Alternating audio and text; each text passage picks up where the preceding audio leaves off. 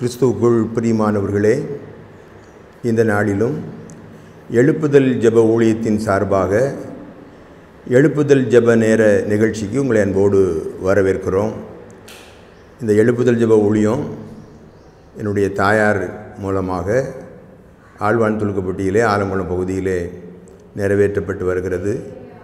என்னுடைய தாயார் கூடிய வயது முதிர்வு காரணமாக என்னுடைய சகோதரன் திரு டேனியல் பீட்டர் அவர்கள் இந்த எழுப்புதல் நேர நிகழ்ச்சியிலே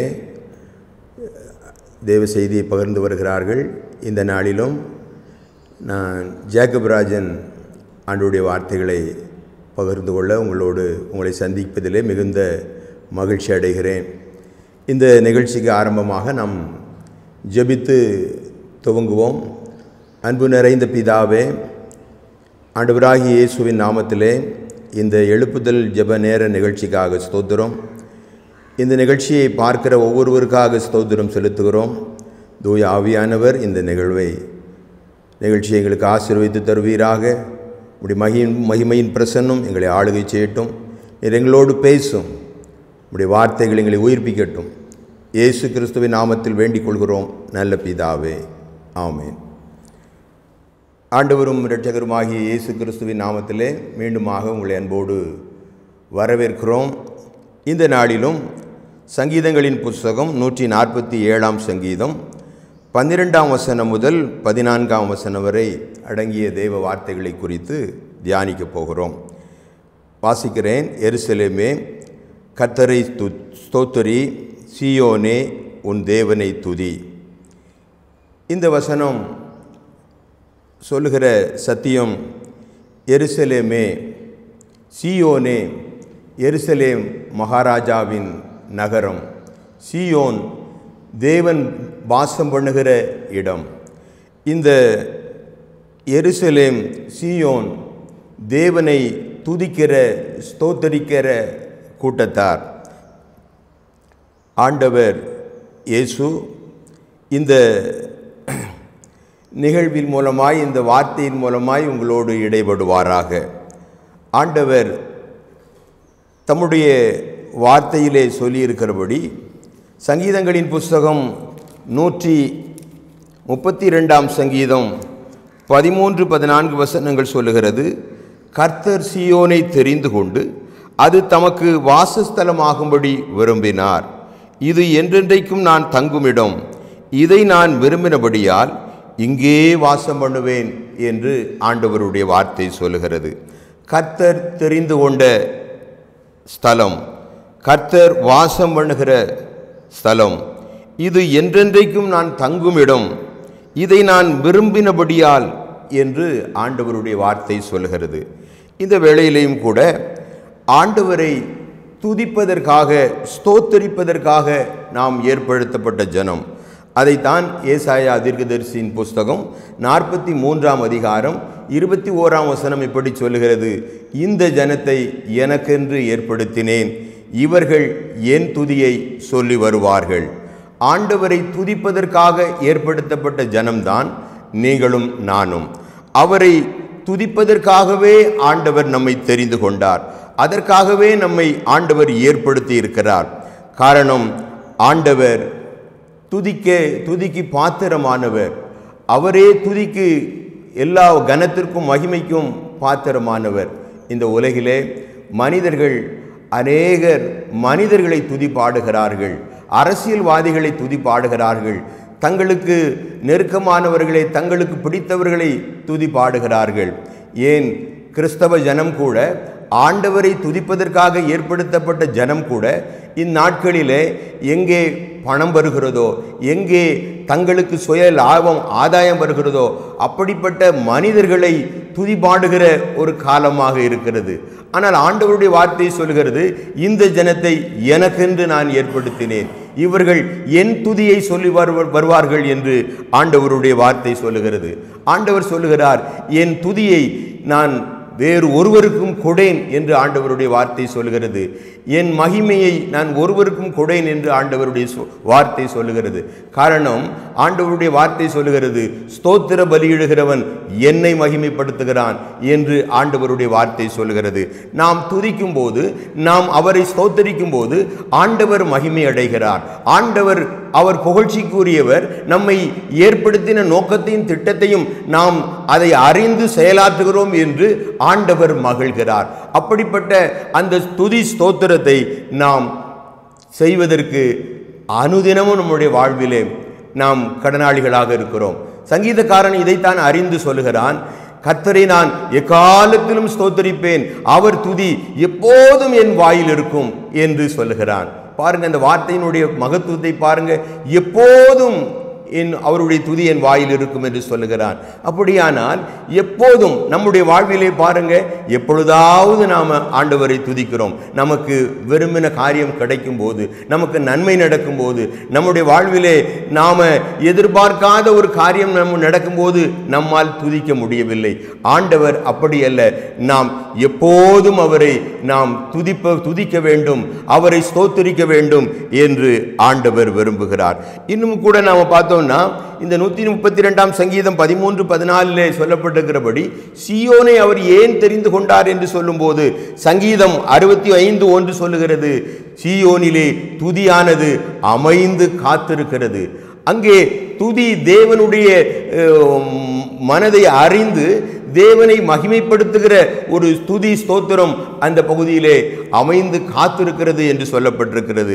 அப்படியானால் தேவ ஜனங்களாகிய நாம் அவரை துதிக்க வேண்டும்.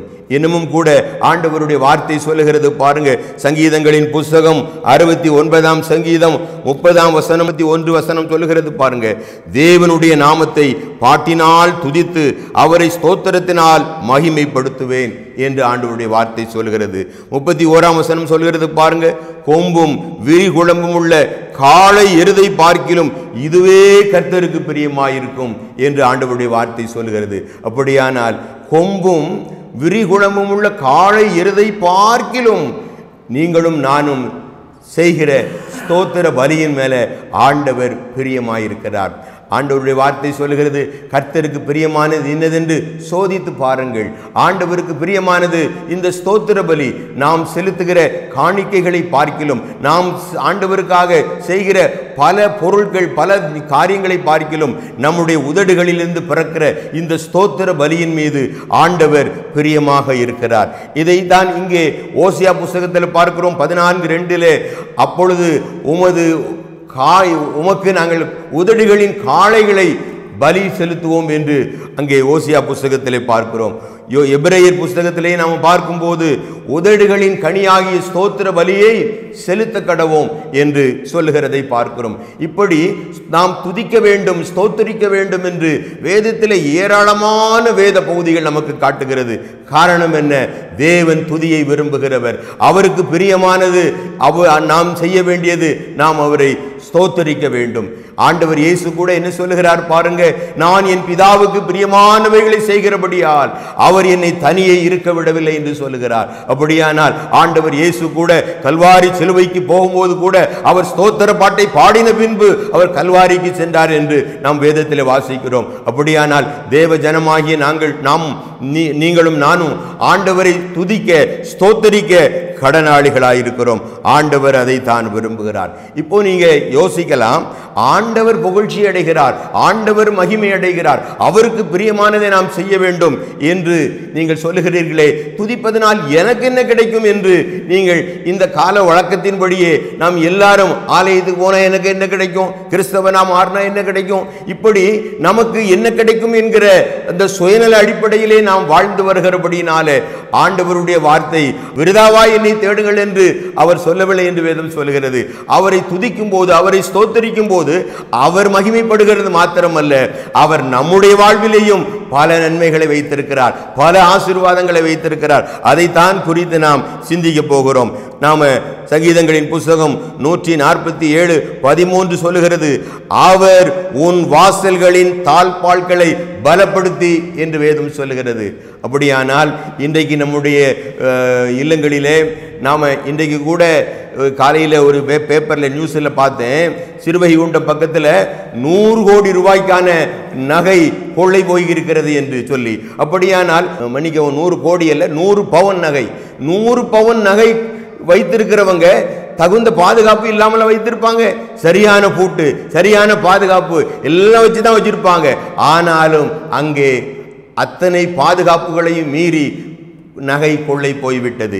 ஆனால் ஆண்டவருடைய வார்த்தை சொல்லுகிறது, அவர் உன் வாசல்களின் தாழ்பாள்களை பலப்படுத்தி, தேவன் தருகிற பாதுகாப்பு எல்லா பாதுகாப்பை விட, எல்லா பூட்டுகளை விட அவருடைய பாதுகாப்பு மேலானது. நாம ஒரு சம்பவம் உங்களுக்கு சொல்லுகிறேன். ஒரு கிறிஸ்தவ குடும்பத்தில் ஒரு வாலிப பெண் இருந்தார். அந்த வாலிப பெண்ணை ஒரு சகோதரன் நேசித்தான். இவன் அந்த பெண்ணிடத்தில் எவ்வளவோ முயற்சித்து பார்த்தான். அந்த பெண், அந்த கிறிஸ்தவ பெண் அவனுக்கு கொஞ்சமும் இடம் கொடுக்கவில்லை. உடனே அவன் எப்படியாவது அவளை அடைந்து விட வேண்டும் என்று சொல்லி அவன் ஒரு மந்திரவாதியை நாடுகிறான். மந்திரவாதியை நாடுகிற போது மந்திரவாதி பணம் வாங்கி கொண்டு இந்த பெண்ணை வசியம் பண்ணுவதற்கு எவ்வளவோ முயற்சிக்கிறான். அவன் ஆவியை ஏவி விடுகிறான். ஏவி விட்ட ஆவி அந்த குறிப்பிட்ட வீட்டுக்கு போயிட்டு திரும்பி வருகிறது. அப்போ அவன் அந்த ஆவியிடத்தில் கேட்கிறான், ஏன் திரும்பி வருகிறாய்? நான் சொன்னதை ஏன் நீ செய்யவில்லை என்று அவன் கேட்கும்போது அந்த ஆவி சொன்னது, அந்த வீட்டில் ஒரு பாட்டி இருக்கா, அந்த வீட்டில் ஒரு பாட்டி இருக்கா. அந்த பாட்டி நான் உள்ள நுழைய போகும்போது அவ தோத்திரம் என்று சொல்லிவிடுகிறாள். நான் உள்ள நுழைய பார்க்கும்போது அவ அல்லேலூயா என்று சொல்லிவிடுகிறாள். அவள் ஆமேன் என்று சொல்லிவிடுகிறாள். கர்த்தருக்கு ஸ்தோத்திரம், இயேசுவின் ரத்தம் ஜெயம். இப்படி அவள் சொல்லுகிற அந்த வார்த்தையின் நிமித்தமாக என்னால உள்ள நுழைய முடியல. அந்த வீடு அக்கினி நெருப்பாய் இருக்கிறது, என்னால அந்த இல்லத்துக்குள்ள போக முடியவில்லை என்று அந்த மந்திரவாதி இடத்திலே அந்த அசுத்த ஆவி சொல்லுகிறது. அருமையானவர்களே, இன்றைக்கும் உங்களுடைய இல்லங்களிலே நம்முடைய பிள்ளைகள் பாதுகாக்கப்பட வேண்டுமானால், நம்முடைய குடும்பம் பாதுகாக்கப்பட வேண்டுமானால், கர்த்தரை போல ஒரு பாதுகாப்பு நம்முடைய குடும்பத்திற்கு வேற எந்த விதத்திலும் இல்லை. அப்போ நாம செய்ய வேண்டிய ஒரே காரியம், அவரை நாம் துதிக்கும் போது வேதம் சொல்லுகிறது, அவர் இதை நான் விரும்பினபடியால் இங்கே தங்கிவிடுவேன் என்று சொல்லுகிறார், இங்கே வாசம் பண்ணுவேன் என்று சொல்லுகிறார். அப்படியானால் ஆண்டவர் இந்த நகரத்தை காக்கிறவர், அவர் இந்த தேசத்தை காக்கிறவர், இந்த உலகத்தையே காக்கிறவர். அப்படி எல்லாவற்றையும் காக்கிற தேவன் நம்முடைய குடும்பத்திற்கு அவர் பாதுகாவலாய் இருக்கிறார். அல்லேலூயா, அல்லேலூயா. ஆண்டவருடைய வார்த்தை சொல்லுகிறது, வாதை உன் கூடாரத்தை அணுகாது, பொல்லாப்பு உனக்கு நேரிடாது. காரணம் என்ன? தேவ ஜனங்களுக்கு தேவனே அவர்களுடைய இல்லங்களுக்கு அரணாயிருக்கிறார். அவரே அவருடைய பிள்ளைகளுடைய இல்லங்களுக்கு பாதுகாவலாயிருக்கிறார். தேவனை போல பாதுகாப்பு இல்லை. நீங்க வாயை திறந்து ஆண்டவரே ஸ்தோத்திரம் என்று சொல்லும் போது, ஆண்டவரே நீர் எனக்கு செய்த உபகாரங்களுக்காக நன்றி என்று சொல்லும் போது, அவர் நம் நடுவிலே வந்து வாசம் பண்ணி நமக்கு பாதுகாவலாக இருக்கிறார். இன்னமும் அவருடைய வார்த்தை சொல்லுகிறது பாருங்க, உன்னிடத்தில் உள்ள உன் பிள்ளைகளை ஆசீர்வதிக்கிறார். இன்றைக்கு பாருங்க, பெற்றோர் மிகுந்த கஷ்டப்படுறாங்க, உழைக்கிறாங்க. எதற்காக? பிள்ளைகளுக்காக. என் பிள்ளை நல்லா இருக்கணும், நான் படிக்கலை, என் பிள்ளைகளை என்ன செய்யணும், நல்லா படிக்கணும்னு சொல்லி உயர்ந்த கல்வி கொடுப்பதற்காக குடித்தும் குடிக்காமலும் புசித்தும் புசியாமலும் நல்ல உடை உடுத்த முடியாமலும் எப்படியாகிலும் கல்வி சாலைகளுக்கு அந்த பிள்ளைகளுடைய படிப்பிற்கு எத்தனை பிரயாசத்தை படுகிறார்கள். ஆனால் ஆண்டவருடைய வார்த்தை சொல்லுது, நாம் ஸ்தோத்திரம் பண்ணும்போது அவர் நம்முடைய பிள்ளைகளை ஆசீர்வதிக்கிறார். நம்முடைய பிள்ளைகளுக்கு நல்ல கல்வியை கொடுப்பார், நம்முடைய பிள்ளைகளுக்கு நல்ல சரீர ஆரோக்கியத்தை கொடுப்பார், நம்முடைய பிள்ளைகளுக்கு வேண்டிய ஞானத்தை கொடுப்பார், நம்முடைய பிள்ளைகளுக்கு தேர்விலே நல்ல வெற்றியை தருவார், நம்முடைய பிள்ளைகளுக்கு அவர் வேண்டிய நல்ல வேலை வாய்ப்பை தருவார், நம்முடைய பிள்ளைகளுக்கு நல்ல எதிர்காலத்தை தருவார். அவர் எல்லா நன்மைகளையும், அவருடைய வார்த்தை சொல்லுகிறது, அவரிடத்தில் இல்லாத நன்மை ஒன்றுமே இல்லை. எல்லா நன்மைக்கும் ஊற்றும் உறைவிடமாயிருக்கிறவர் நம்முடைய ஆண்டவர் தான். அந்த ஆண்டவர் இயேசுவை நாம ஸ்தோத்தரிக்கும் போது அவர் நம்முடைய குடும்பத்திற்கு பாதுகாப்பு தருவது மாத்திரமல்ல, அவர் நம்முடைய பிள்ளைகளையும் ஆசீர்வதிக்கிறார். இன்றைக்கு நீங்க உங்க பிள்ளைகளுக்காக எத்தனையோ சுய முயற்சிகளை எடுத்து பார்க்கலாம். ஒருவேளை உங்க பிள்ளைகள் எவ்வளவு உயர்ந்த கல்வி சாலையிலே கொண்டு சேர்த்தாலும் அவன் படிக்க மறுக்கலாம். காரணம், அவனுக்கு அந்த பாடம் புரியாமல் இருக்கலாம், அவனுக்கு அதற்குரிய ஞானம் இல்லாமல் இருக்கலாம். உங்களுடைய பணம் பிரயாசம் அத்தனையும் வீணாய் போயிருக்கலாம். நீங்கள் இந்த வேளையில இந்த செய்தியை கேட்கிற நீங்கள் உங்கள் பிள்ளைகளுக்காக ஸ்தோத்திரம் பண்ணுங்கள். உங்கள் பிள்ளைகளை தேவன் ஆசீர்வதிக்கும்படி அவரை துதியுங்கள். அவரை துதிக்கும் போது உங்களுடைய பிள்ளைகளை அவர் ஆசீர்வதிக்கிறவராக இருக்கிறார். அல்லேலூயா, அல்லேலூயா. ஆண்டவருடைய வார்த்தை சொல்லுகிறது பாருங்க, இன்னும் என்ன நன்மை என்று சொல்லுகிறது பாருங்க.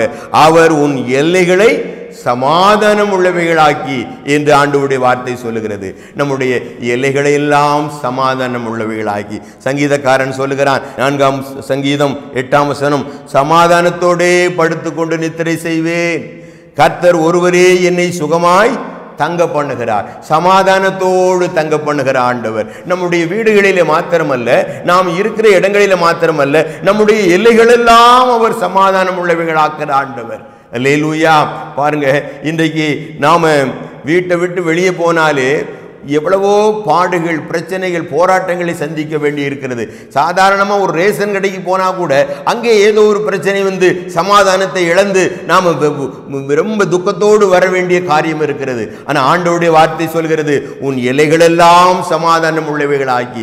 நாம் வேலைக்கு போனாலும், அலுவலகத்துக்கு போனாலும், வயலுக்கு போனாலும், நாம் அன்றாட செய்ய வேண்டிய பணிகளுக்கு சென்றாலும், பிரயாணப்பட்டாலும், எங்கே சென்றாலும் நம்முடைய எல்லைகள் எல்லாம் அவர் சமாதானம் உள்ளவைகளாக மாற்றுகிற ஆண்டவர். ஆண்டவர் சமூகத்தில் இந்த பாருங்க, இந்த சமாதானம் மட்டும் இயேசு தவிர வேற யாரும் கொடுக்க முடியாது. எத்தனை ரூபா கொடுத்தாலும் கிடைக்க முடியாது. இந்த உலகத்திலே கிடைக்க பெறாத ஒரு சமாதானம் ஆண்டவர் தருகிற சமாதானம் தான். அவர் தான் வாக்கு பண்ணியிருக்கிறார், என் சமாதானத்தையே உங்களுக்கு வைத்து போகிறேன் என்று சொல்லியிருக்கிறார். அந்த சமாதானம் நம்முடைய குடும்பத்திலே மாத்திரமல்ல, நம்முடைய குடும்ப உறவிலே, பிள்ளைகளுடைய வாழ்விலே மாத்திரமல்ல, நாம் எங்கெல்லாம் செல்லுகிறோமோ நம்முடைய எல்லைகளெல்லாம் அவருடைய சமாதானம் நம்மை நிரப்புகிறதா இருக்கிறது. நாம் செய்ய வேண்டியதெல்லாம் அவருக்கு ஸ்தோத்திர பலிகளை செலுத்தணும், அவரை மனசார துதிக்கணும். நீங்க நினைக்கலாம், என்னையா சோத்திரம் தோத்திரம், என்ன எத்தனை சோத்திரம், எதுக்கு ஸ்தோத்திரம் பண்ண?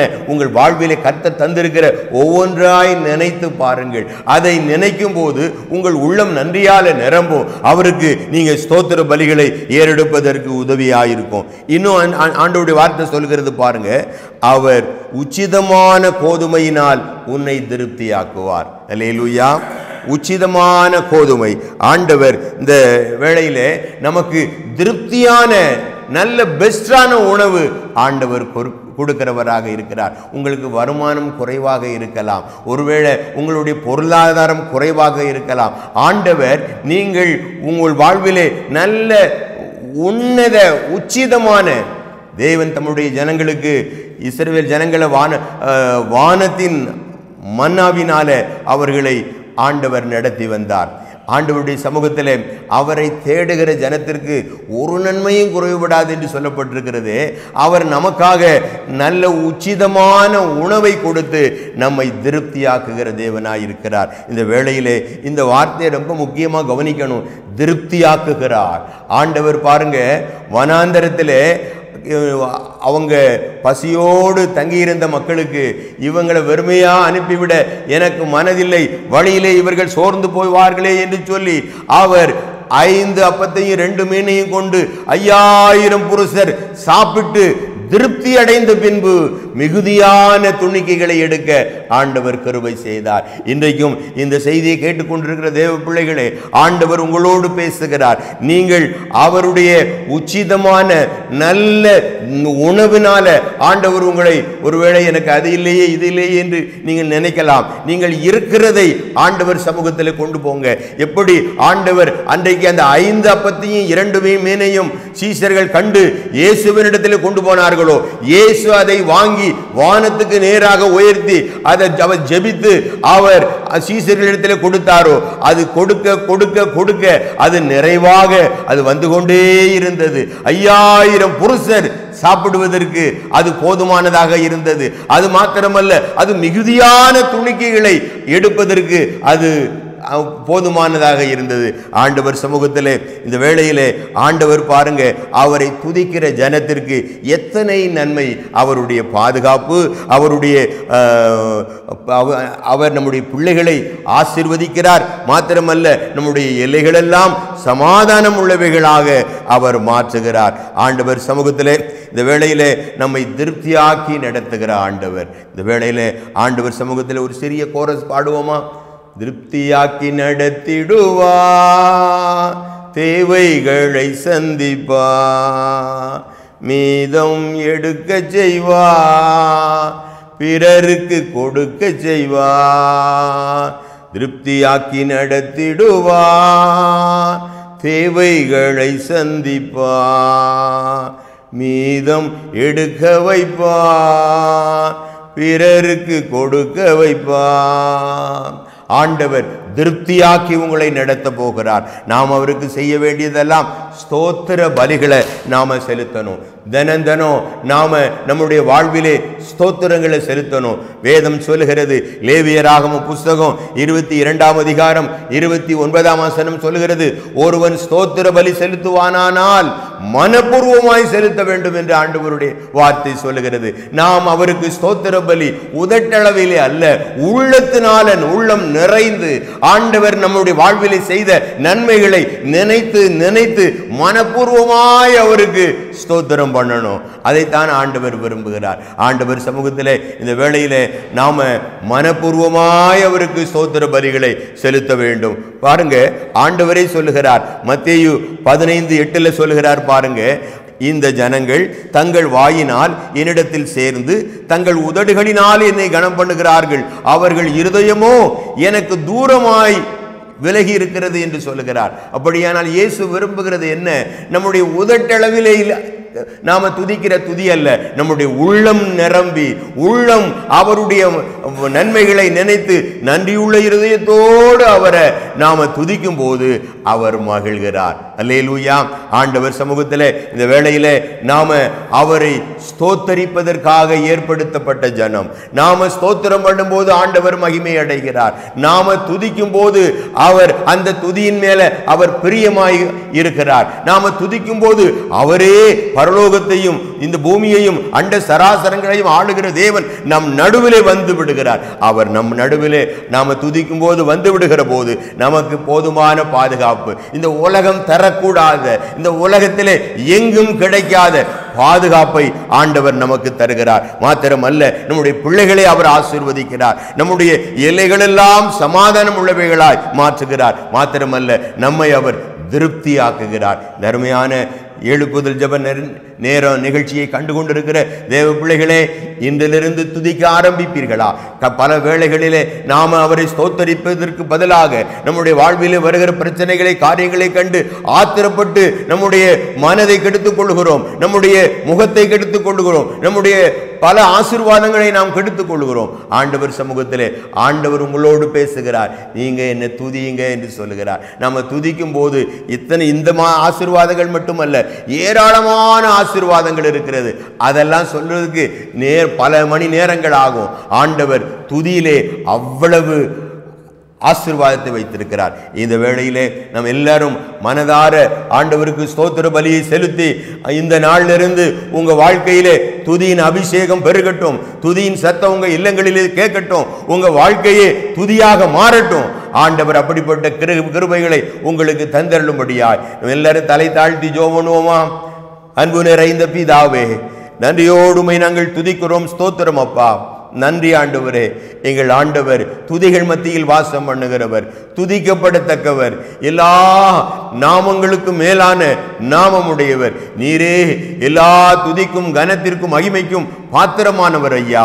ஏசையா, உம்மை துதிப்பதனால எத்தனை எத்தனை ஆசீர்வாதம் எங்கள் வாழ்விலே இருக்கிறது ஐயா. இதோ நாங்கள் அதை அறியாதவாறு உணராதவாறு இல்லையானால் இப்படிப்பட்ட சத்தியத்தை கேட்டும் கூட நாங்கள் அதை கொஞ்சமும் பயிற்சி செய்யாம முயற்சி செய்யாம ஆண்டவரே நாங்கள் துதிக்காம மறந்து எங்கள் வாழ்விலே பலவிதமான பிரச்சனைகளையும் பாடுகளையும் நாங்கள் சுமந்து விட்டோம் ஐயா. இதோ இந்த வேளையிலே மீண்டுமாக உணர்த்துகிறீர், மீண்டுமாக எங்களை துதிக்க வேண்டும் என்று எங்களை தட்டி எழுப்புகிறீர். எங்கள் வாழ்விலே துதியின் அபிஷேகம் இறங்கி வரட்டும் ஐயா. ஏசையா, ஓ எங்கள் வாழ்விலே ஓ எந்த சூழ்நிலையிலையும் சங்கீதக்காரன் சொல்வது போல எக்காலத்திலும் ஸ்தோத்திரிப்பேன், எப்போதும் அவர் துதி என் வாயில் இருக்கும் என்று சொல்கிறது போடி எங்கள் வாழ்விலே துதியினாலே எங்களை நிறைத்து விடுவீர் விடுவீராக. துதியின் அபிஷேகம் எங்களை ஆக்கிரமித்துக் கொள்வதாக. காலையும் மாலையும் ஆண்டவரே ஸ்தோத்திரம், எங்கள் பிரயாணங்களிலேயும் போக்குவரத்திலேயும் எல்லா சூழ்நிலைகளிலேயும் நாங்கள் துதிக்கிறவர்களாக, உம்முடைய அப்பா வார்த்தை சொல்லுகிறபடி துதிப்பதற்கென்றே நாங்கள் ஏற்படுத்தப்பட்டவர்கள் என்பதை அறிந்து உம்மை துதிக்கத்தக்கதான அந்த துதியின் அபிஷேகத்தினால எங்களை நிரப்பி துதிக்க வைக்கும். இந்த நிகழ்ச்சியை பார்த்து கொண்டிருக்கிற ஒவ்வொருவர் மேலும் துதியின் அபிஷேகம் இறங்குவதாக, துதியின் ஆளுகை உடைய பிள்ளைகளை நிரப்பும்படியாக நாங்கள் ஜெபிக்கிறோம் ஐயா. ஒவ்வொருவரும் உம்மை துதித்து நீர் வைத்திருக்கிற துதியினால் வருகிற ஆசீர்வாதங்களை எல்லாம் உடைய பிள்ளைகள் பெற்று அனுபவிக்க ஆண்டவர் கிருபை செய்வீராக. உடைய நாமத்தினாலே மனதார உடைய பிள்ளைகளை ஆசீர்வதிக்கிறேன். இந்த நிகழ்ச்சியை பார்த்து கொண்டிருக்கிற உடைய பிள்ளைகளுடைய வாழ்விலே காணப்படுகிறதான கவலைகள், வேதனைகள், பாரங்கள், பலவிதமான பிரச்சனைகளோடு பார்த்து கொண்டிருக்கிறார் இருக்கிற பிள்ளைகளை ஆண்டவர் விடுவிப்பீராக. ஏசையா உமக்கு ஸ்தோத்திரம். அப்படியே செய்கிறதற்காக ஸ்தோத்திரம். இயேசுவின் நாமத்தில் வேண்டிக் கொள்கிறோம் நல்ல பிதாவே, ஆமென். அருமையான நேயர்களே, இந்த நிகழ்ச்சியை இவ்வளவு நேரம் நீங்கள் பார்த்து ரசித்ததற்காக, ஆண்டவருடைய வார்த்தைகளை உட்கொண்டதற்காக உங்களுக்கு மனதார நன்றி சொல்கிறோம். மனப்பூர்வமாக இந்த நாளிலிருந்து இப்போதிருந்து உங்கள் துதி தொடங்கட்டும். ஆண்டவர் துதிக்கும் போது உங்கள் நடுவிலேயே வந்து வாசம் பண்ணி விடுவார். இதை நான் விரும்பினபடியால் இங்கே வாசம் பண்ணி விடுவேன் என்று சொல்லுகிறார். அவர் வந்துட்டா போதும். அவர் உங்கள் பிரச்சனைகள் எல்லாம், உங்களுக்கு பாதுகாப்பு, உங்களுக்கு ஆசீர்வாதம், பிள்ளைகளுடைய ஆசீர்வாதம் எல்லாம் சமாதானம் உள்ளவர்களாக்கி திருப்தியாக்கி உங்களை நடத்துவார். ஆண்டவர் தாமே இப்படிப்பட்ட நன்மைகளை உங்களுக்கு தந்தருள்வாராக. ஆண்டவருடைய நாமத்துக்கு ஸ்தோத்திரம். கர்த்தர் உங்களை ஆசீர்வதிப்பாராக. ஆமென்.